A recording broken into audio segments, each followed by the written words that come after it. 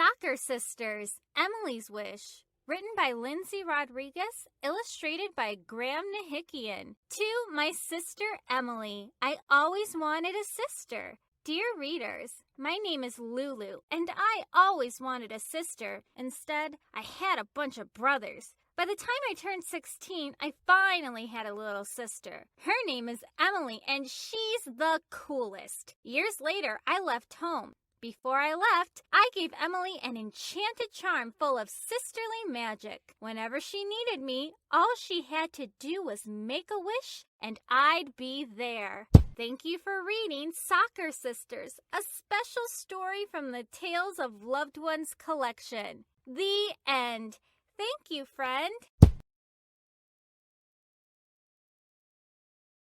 Thank you for coming to StarNet Studios. I am Andre Tucker, and right now I have with me Miss Lindsey Rodriguez. She is a very busy voice actress, very talented young woman, and you're going to be seeing as well as hearing, more specifically, a lot more from her as the years go by. So how's it going, Lindsey?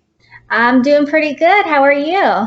Excellent. Well, thanks for asking. So you are a voice actress, like I said, primarily, and you are currently in, Los Angeles, California area, but I believe you come out of basically suburban Chicago. You're a Midwestern girl. So tell us, how did you come to decide that you wanted to make the move out to Los Angeles or get in the voice? Which came first? You decided the voice acting, or just going to LA and getting into acting in the first place? Which direction kind of started?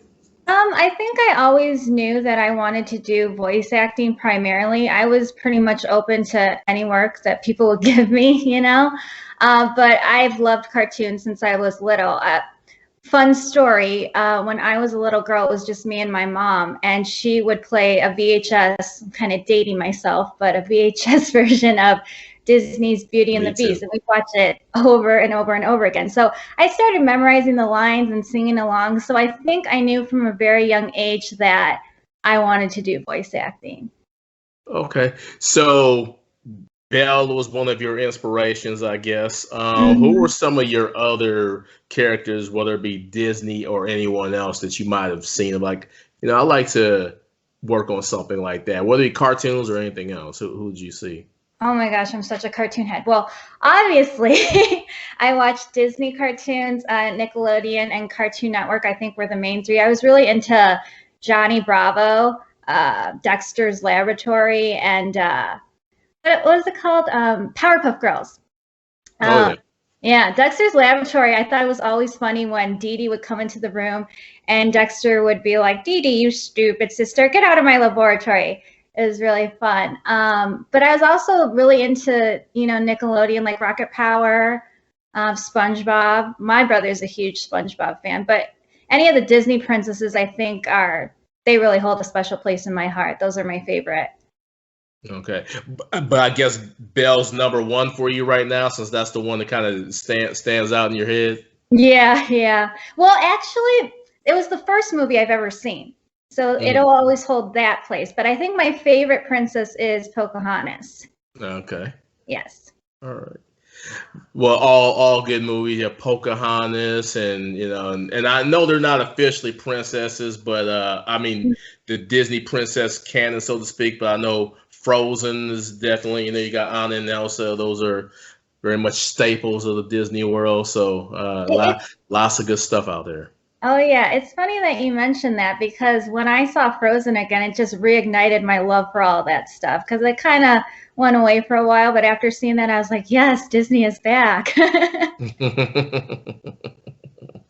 All right, and then I also noticed that you had some theater background as well. Like, you worked on projects such as West Side Story and Arabian Nights and things like that. So when did that kind of get started for you, the theater work? I started doing a lot of community theater when I started going to college. I loved musicals. Disney is basically like cartoon musicals. But in middle school, they would show us West Side Story, and I loved Rita Moreno's portrayal of Anita. So when I went to audition for that role, I channeled my inner Rita Moreno, and I got the role. It was fun because I went on a trip with my family to Mexico, and once I got back, I was informed by a friend before that I got the role, and I was like, that's fun. So we had to do a lot of choreography in that, and a lot of like singing and a lot of like spiciness. So I let my inner sass shine. And for Arabian Nights, it was fun because I was eventually cast as Dunyazad, but originally the casting director just had me play some extra roles. Now, Dunyazad had other projects, the original Dunyazad, and she had to go work on other projects, obviously. And then he's like, hey, do you want to play that role? I was like, sure. So I had a lot of fun with that. Dunyazad is the younger sister for Scheherazade, the one who tells all the stories to the king. Okay. Nobody knows. But yeah. All right, and you know another thing I noticed is you got some martial arts experience. So, have you had some opportunity to work that into your theater or any of your other acting? You know, when I do a lot of video game work, I like to kind of channel my inner like ninja. So when you do video game roles, you have to kind of not scream, but like you kind of have to do a lot of movement. The people have to hear your voice because they can't see you. They can't see the motions that you're doing. So you kind of have to punch as you're screaming like Kia. So in that respect, yes. On camera work, not yet, but I would love to. I recently just became a black belt in mixed martial arts this past December. So that was a big milestone for me too. Congratulations. Thank you. Thank you very much. All right. So let me ask you, if you had your choice, and I'm sure you will, when those opportunities come, what types of, and I don't want to focus too much on the martial arts, I just kind of like those types of films. Yeah. Did you have some influences on that? Because I know that's not, like I said, I know martial arts isn't your focus, but just did you have people you grew up watching and you just thought like that's someone that you enjoy, and then what types of future roles would you like to perhaps apply that to? Right. Well, I mean, my grandma is from the northern part of Japan, so I am a quarter Asian, well, Japanese. And so I've always been interested in those types of movies, like the Karate Kid, Mr. Miyagi movies. I believe I really got into the next Karate Kid with Hilary Swank. So I just thought if they ever did a role like that, or even like a Power Ranger kid style role, I would be all up for that. I always liked the yellow and the pink ranger. I thought they were cool. Yeah, they certainly are. So let me ask you, so your main focus has been the voice work, and you have done animation, and you mentioned the video games, and you're also working on some audio books that are going on right now. Why don't you tell me a little bit about what you're working on now and where someone may find your audiobooks that you already have completed? Perfect. Yeah, so it's really fun. I'm working on a project that's really a special place to, well, it holds a special place in my heart, basically. It's about me and my sister. It's a personal project. So basically the premise of the story is, well, let's give you some backstory first. I'm the oldest of 5. I'm 16 years older than my sister, so I feel very old, but I still have a young spirit, I like to think. So my sister and I really enjoyed playing soccer, but I moved away to the LA area when she was about 7 years old. And I always kind of felt a little bad for leaving her because she was my baby. So I kind of thought I'd put a fun book together. Now, I wrote this book with my friend who's a published author. She has a lot of great books on Amazon. And the premise is that I gave her a charm, a soccer charm, before I left. And whenever she'd need me, she'd hold on to the charm and she'd wish for me, and then I'd appear somehow. Now, in this book, I appear as a soccer ball, and we play soccer together, and she kicks me around. So it's a lot of fun. It's called Soccer Sisters. It should be. We have the illustration so far. We should be premiering it in about like a month or so, just to get all the touches. But it's a part of a Tales of Loved One collection, which is the business that my friend and I started.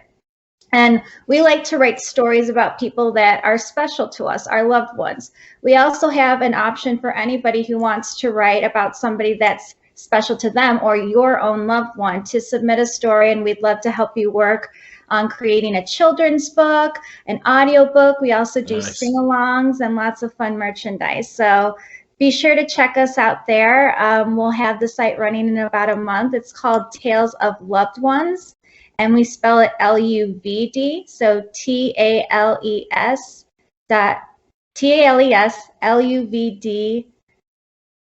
I'm sorry. TALESOFLUVDONES.com. So www.talesoflovedones.com. That's a mouthful, but we want to make sure we get the message across. And to see more on my personal work, you could go to www.lindseyrodriguez.com, Lindsey. And my developer is still making some touches up, so that should be up in a couple weeks too. That sounds excellent. Okay. Well, I'll tell you what, we definitely look forward to seeing more of what you have to offer, and the audiobooks sound great. It's always great when you can work on something with that family connection. And once again, just thank you for coming to StarNet Studios, and we hope to see you again soon here. Thank you so much for having me. It was fun.